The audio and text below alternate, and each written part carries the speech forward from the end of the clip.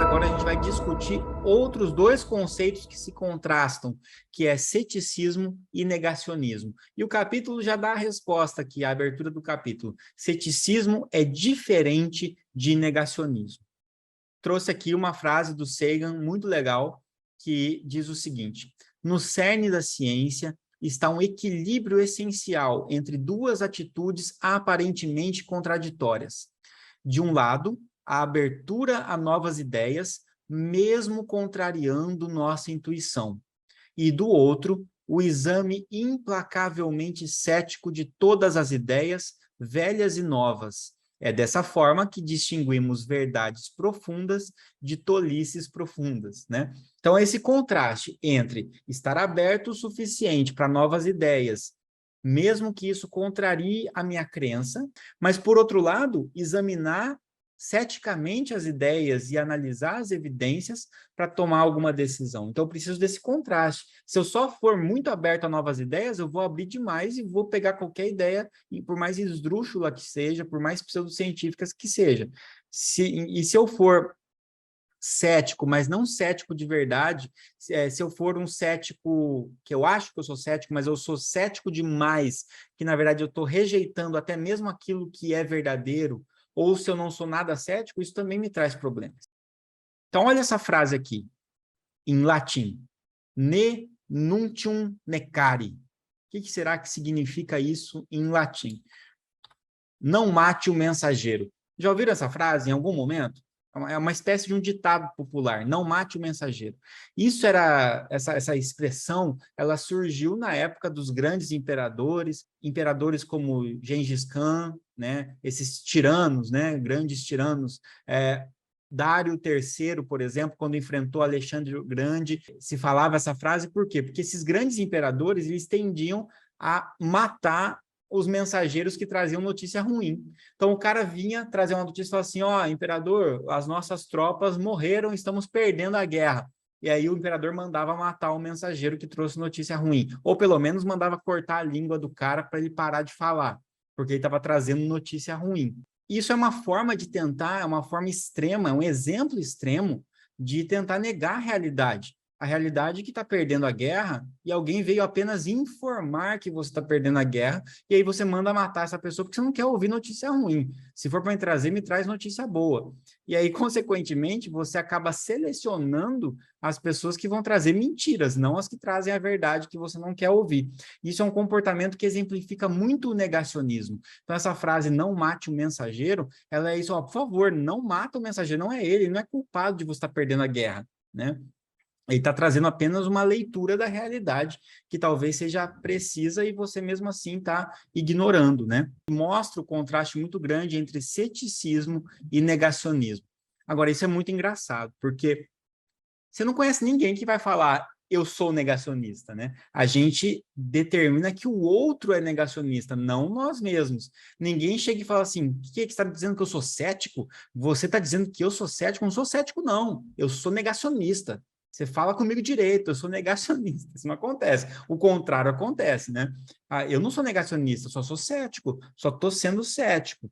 Então, cético é uma coisa que as pessoas querem ser. Negacionista, não. E a gente não vê ninguém falar que é negacionista, mas a gente conhece muitos negacionistas. Ou seja, a conta não fecha, a gente não se enxerga como negacionista, nem mesmo negacionista. Então, o negacionista ele acaba se enxergando como cético, né? Mas aí tem questões importantes de detalhes que a gente precisa trabalhar aqui, né? Então, pessoal, enquanto o ceticismo ele é uma forma saudável e inteligente de interrogar o universo, o negacionismo é a escolha deliberada em negar a realidade como uma maneira de se esquivar de uma verdade desconfortável. Então, olha a diferença. Ceticismo é questionar, é interrogar, é duvidar de uma maneira saudável daquilo, principalmente que não tem evidência científica daquilo, né? Então, você não está sendo apresentado a nada, é só alguém falando algo. Agora, o negacionismo é quando a gente escolhe em negar, inclusive, as evidências que mostram a realidade para mim, como uma forma de me esquivar de uma realidade desconfortável, de uma verdade desconfortável. Tá? Essa é a grande diferença entre ceticismo e negacionismo. Aceitar qualquer coisa não é uma postura científica, mas negar qualquer coisa também não é uma postura científica. A postura científica é a da dúvida saudável, né, que a gente busca daí pelas evidências. Isso aqui é fundamental. Normalmente, a gente vem com uma ideia de que o negacionismo ele decorre simplesmente da falta de conhecimento científico ou até mesmo da ignorância, né? Então, eu estou negando a vacina, eu estou negando que a pandemia é relevante, eu acho que é só uma gripezinha ou qualquer coisa assim. Quando eu faço esse tipo de negação da realidade, não é só por ignorância. Existe algo que motiva isso também, que é o seguinte, fora outros interesses, né? Claro que pode existir interesses comerciais, fraudes, mentiras, etc. Mas aqui tem um componente importante que todos nós estamos sujeitos, que é esse aqui, ó. A manutenção de uma postura negacionista não se relaciona apenas com a falta de conhecimento científico do indivíduo sobre um determinado assunto, mas também com o receio de ter que assumir as consequências que derivam das evidências. Olha que sacada interessante essa aqui. Se eu negar que as vacinas funcionam, eu não preciso me vacinar. Se eu negar que as vacinas são seguras, eu não preciso me vacinar. Se eu negar que a pandemia é grave, eu não preciso me isolar, eu não preciso usar máscara, eu não preciso tomar cuidado, eu posso viajar, eu posso me aglomerar. Se eu negar o aquecimento global ou os distúrbios climáticos, né, as alterações climáticas, eu não preciso me preocupar com poluição, eu não preciso me preocupar com o meio ambiente, eu não preciso me preocupar com nada. Então, ao negar, eu posso agir coerentemente com a minha negação, e que significa manter a vida do jeito que está, tomar as decisões que eu quiser. A partir do momento que eu admito, né, que eu aceito as evidências e falo, não, a situação climática é grave, eu preciso tomar providências em relação a isso. A pandemia é grave, eu preciso tomar providências em relação a isso. Isso enquanto indivíduo, mas isso às vezes enquanto um governo, né? Então, governos também assumem posturas negacionistas para não ter que tomar providências coerentes com aceitar a evidência.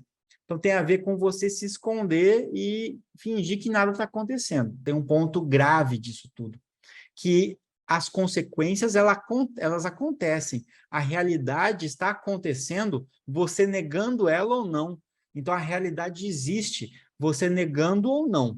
Se você aceitar a realidade, por mais difícil que seja, você é capaz de agir em relação a isso e tomar medidas inteligentes em relação a isso para minimizar riscos, minimizar danos e ter algum benefício. Se você nega essa realidade, o que vai acontecer? A realidade vai continuar lá, e em algum momento você não vai mais poder negar porque ela vai se impor e vai cair na tua cabeça. E isso vai ser grave. Então, quando a gente nega, a gente não evita a consequência, a gente agrava a consequência. Então, esse é o grande ponto. Quando eu nego algo, a consequência a curto prazo é que eu não preciso mudar meu comportamento, mas a consequência no médio e longo prazo é que a realidade vai cair em cima de mim e eu vou estar despreparado para lidar com essa realidade. Por isso que é tão importante a postura cética e por isso que a gente tem que combater a postura negacionista. Essa é a grande diferença entre as duas coisas. No esquema do não mate o mensageiro, as evidências científicas são os mensageiros da realidade. Não mate os mensageiros, né? Os divulgadores científicos que fazem um trabalho sério e querem apresentar as evidências científicas, mesmo quando elas vão contra as crenças das pessoas ou o que as pessoas queriam, muitas vezes eles são atacados nas redes sociais. Quantas vezes as pessoas não recebem ataques? Tem pessoas aí mais proeminentes que recebem ataques graves, né? Que recebem ataques, ameaças até. O meu perfil é um perfil médio, pequeno, então eu recebo poucos ataques, mas recebo também. Esses ataques são o quê? São uma tentativa de matar o mensageiro. E não mate o mensageiro, não é ele que você tem que matar, você tem que ouvir a mensagem e se posicionar frente a ela e tomar medidas, né? Só que a gente não gosta de fazer isso. Agora a gente vai para uma parte muito importante para fechar essa parte de ceticismo e negacionismo, que é a forma sutil como as pessoas negam ciência. Uma vez que a gente percebeu que o negacionismo existe e pessoas adotam posturas negacionistas, governos adotam posturas negacionistas, essa postura geralmente não é uma postura, como eu falei antes, de admitir que é negacionista. Então não é assim, eu sou negacionista mesmo, odeio a ciência, morte à ciência, ninguém fala isso. Até um governo negacionista fala que investe em ciência, fala que apoia a ciência. Então existem manobras sutis para negar essa ciência, que são essas que eu apresento aqui para vocês. A gente pode considerar essas como as 5 manobras de negação da ciência.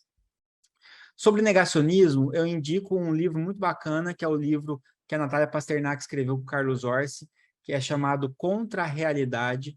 É um livro muito bacana para a gente ver exemplos práticos de quando nós negamos a ciência e as consequências que a gente teve.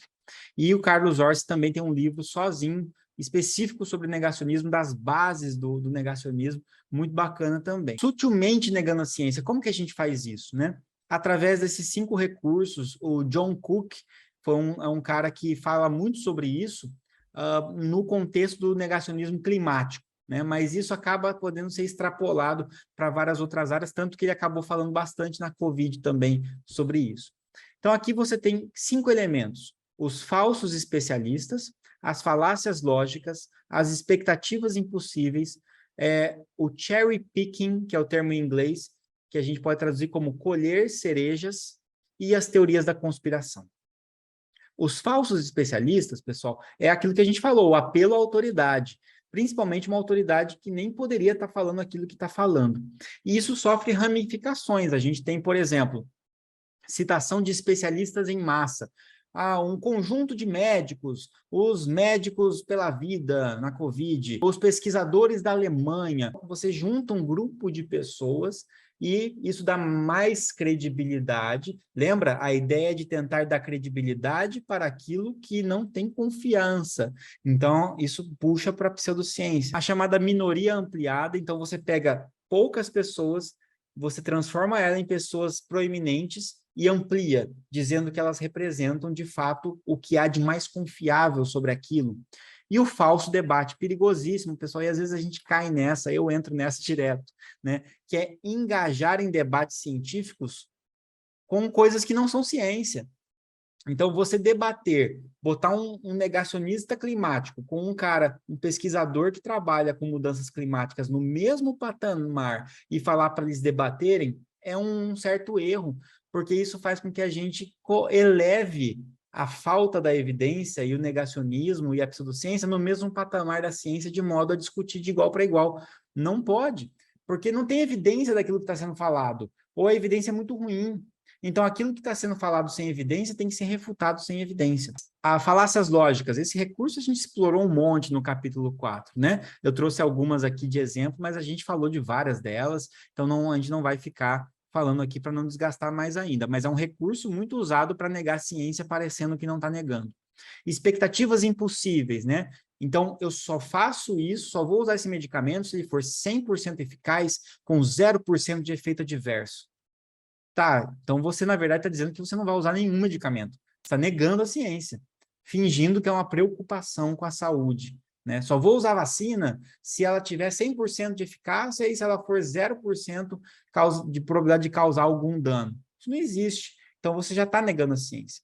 E aí, um derivado disso é a mudança de regra, que tem a ver um pouco com o escocês de verdade, né? A mudança de regra eu não quero vacinar crianças porque não tem ensaios clínicos em crianças. Tá bom, fizemos ensaio clínico em crianças, e agora?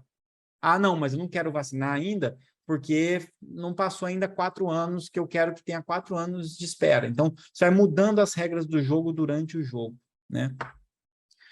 Colher cerejas, que é o cherry picking, que significa basicamente você ficar escolhendo as evidências que dão suporte para o que você está falando, e a gente sabe que tem evidência de qualquer coisa. Evidência, tem artigo científico ruim de qualquer coisa. Evidência com E maiúsculo de científica, essas são poucas, né? Então é a pessoa que já tem a crença e busca só os artigos que confirmam a crença. E existe artigo sobre absolutamente tudo que você quiser. Se você quiser artigo que fale a besteira maior que existe no mundo, existe um artigo. Não quer dizer que isso é um artigo de ciência bem feita. Isso também você tem a evidência anedótica, que muita gente quer elevar ao grau de evidência, então o relato pessoal como se fosse evidência. Você tem o indutivismo preguiçoso, que a gente viu que quando você faz o método indutivo e você fala, tá vendo? Ó, se confirmou, você observou várias vezes, isso é uma coisa mal feita, né? Nem o Francis Bacon, que trabalhou muito com o método indutivo, era a favor desse tipo de preguiça. E a mineração de citações, né? Então, você pega citações de várias pessoas, descontextualiza, e daí você fala que isso é evidência, tá? E, por fim, as teorias da conspiração, que eu vou abordar depois, no capítulo que a gente fala de fake news, tá bom? Sempre que vocês olharem para o discurso de alguém, principalmente um discurso que está soando negacionista, pseudocientífico, pode notar que você vai encontrar esses recursos aqui. Mesmo quem não sabe que está usando, usa esse recurso. Então, o ceticismo científico não é um ponto de chegada, pessoal. O ceticismo científico é um caminho para sempre. É um caminho tortuoso e permanente, que é fácil de se desviar. Você não vai chegar num ponto final e ganhar um certificado de cético. Você vai ter que ser cético, sempre. Se você parar de ser cético, você vai ser enganado, tá?